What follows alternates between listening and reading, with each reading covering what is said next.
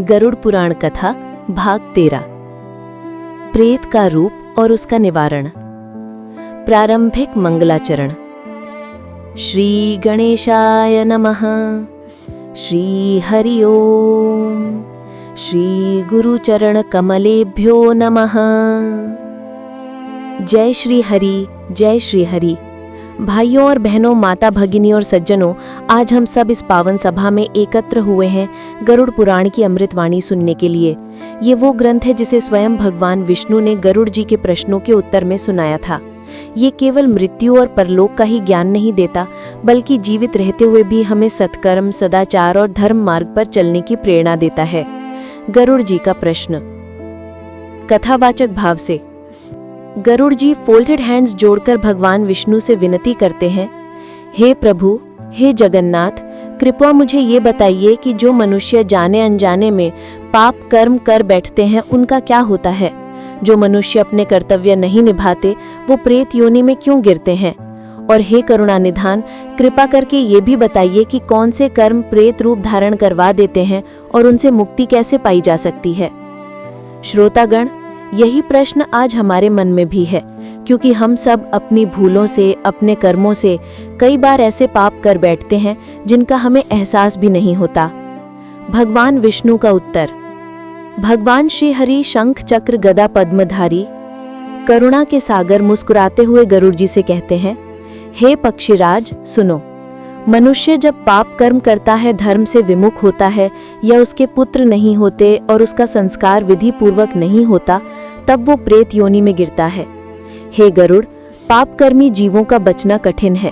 पुत्र ना हो या संस्कार अधूरा हो, दोनों ही स्थितियों में आत्मा प्रेत रूप में भटकती है। लेकिन यदि किसी शुभ पुरुष द्वारा, किसी मित्र द्वारा या ब्राह्मण द्वारा विधि पूर्वक श्राद्ध और संस्कार किया जाए तो प्रेत योनि से मुक्ति संभव है। ये सुनकर गरुड़ जी पुनः पूछते हैं, प्रभु, मनुष्य प्रेत योनि में किन किन कारणों से जाता है और इससे मुक्ति कैसे होती है।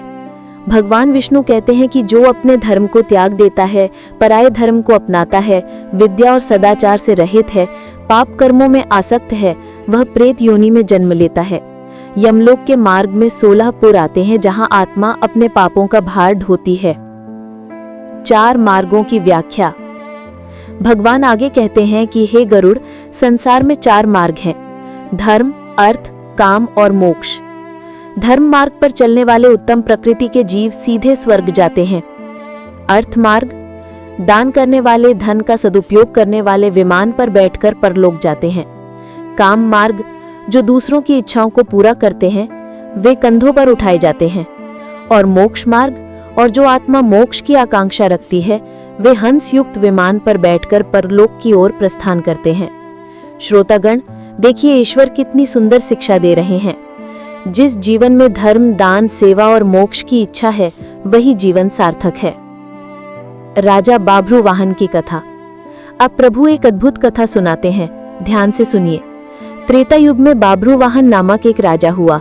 बहुत पराक्रमी, तेजस्वी और प्रजापालक राजा। राज्य में सुख समृद्धि, प्रजा सुखी, ब्राह्मणों का सम्मान, धर्म का पालन, सब कुछ था। एक दिन राजा अपने मंत्रियों के साथ शिकार खेलने गए। उन्होंने एक हिरण पर बाण चलाया। घायल हिरण भागा और राजा भी उसका पीछा करते करते गहरे जंगल में पहुंच गए। भूख प्यास से व्याकुल राजा एक झील के पास पहुंचे। उन्होंने स्नान किया, जल पिया और झील के किनारे एक अंजीर के पेड़ की छाया में विश्राम करने लगे। उतने में उन्होंने एक प्रेत आत्मा को देखा। कृशकाय, भयंकर रूप, भूख प्यास से व्याकुल। वो प्रेत राजा के सामने आया और बोला, हे राजन, आपकी कृपा से आज मेरी दुर्गति समाप्त होगी। मैं आपका आभारी हूँ। राजा ने आश्चर्य से पूछा, तुम कौन हो? तुम्हारी ये दशा क्यों हुई?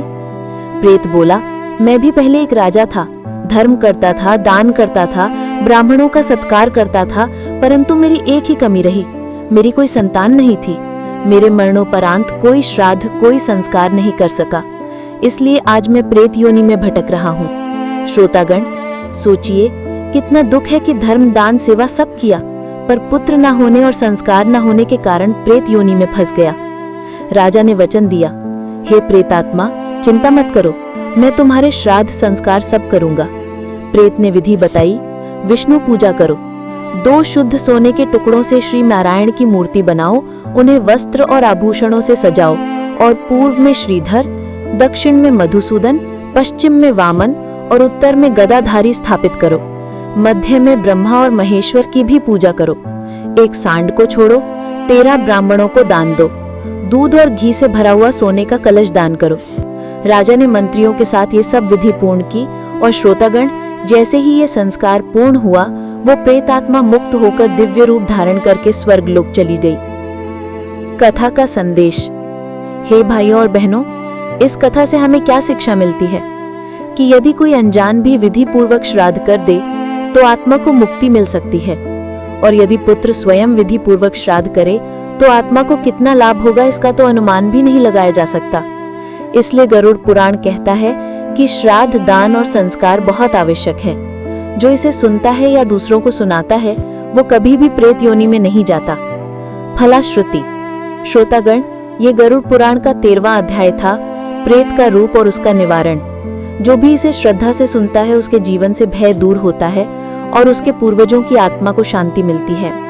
भगवान विष्णु की कृपा से हम सबको धर्म मार्ग पर चलने की प्रेरणा मिले। बोलिए श्री हरि विष्णु भगवान की जय। बोलिए गरुड़ महाराज की जय। अंत में निवेदन। भाइयों और बहनों, यदि ये कथा आपको अच्छी लगी हो तो इसे और लोगों तक पहुंचाइए। इस पवित्र ज्ञान को फैलाने के लिए इस चैनल को लाइक करें, शेयर करें और सब्सक्राइब करें, ताकि हम और भी पावन कथाएं आप तक पहुंचा सकें। हरि ओम तत्सत।